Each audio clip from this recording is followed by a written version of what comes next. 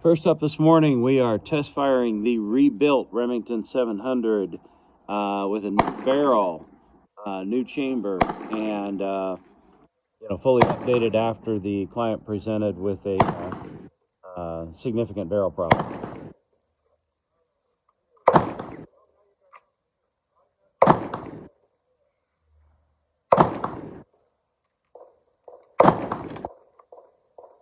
Bolt closes smoothly.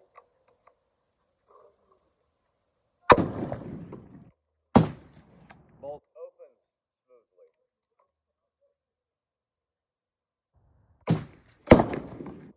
Last playing.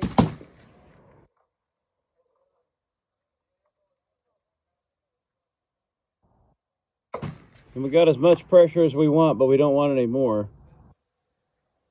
We're going to try this a couple more times.